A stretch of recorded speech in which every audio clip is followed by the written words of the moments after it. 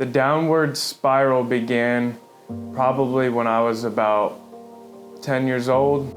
Well, my stepdad at the time was physically and verbally abusing my brother and I started drinking.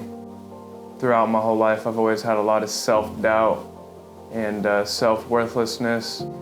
The reason why I turned to drinking, it would just numb the pain. It made me feel good momentarily. My grandparents gave me the option of either coming down to the mission, and at the time I was living in Iowa. But my grandparents gave me the idea of coming down here to the mission in New Orleans or joining the military, and I thought, well, you know what, I'm gonna join the Army. I'd say my rock bottom was when I got out of the United States Army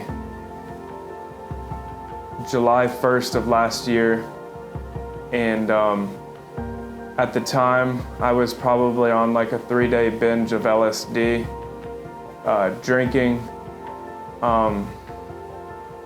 and I made the decision when I was discharged, when I got out, I made the decision to call up an old friend of mine back in California, and the plan was to get a Greyhound, go back there to California and hang out with him, party for a few days, and then eventually find a job and just start living out there. And when I got onto this Greyhound bus, headed for Los Angeles, I was about an hour and a half away from Dallas, and the first thing that came to my mind was, Dillon, what are you doing?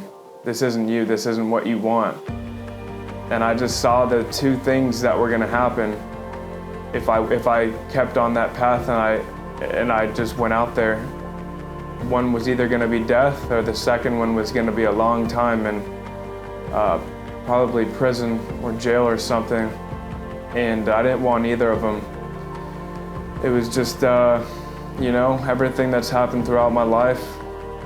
Finally, I had enough, and I decided to surrender and give up on my own will, and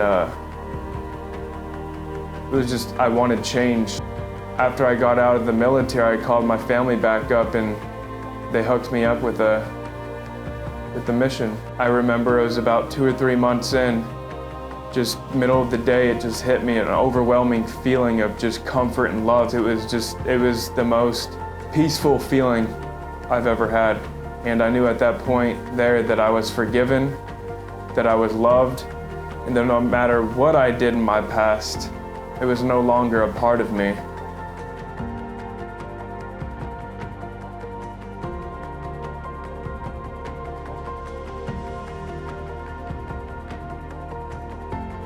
My name is Dillon, and I am a disciple.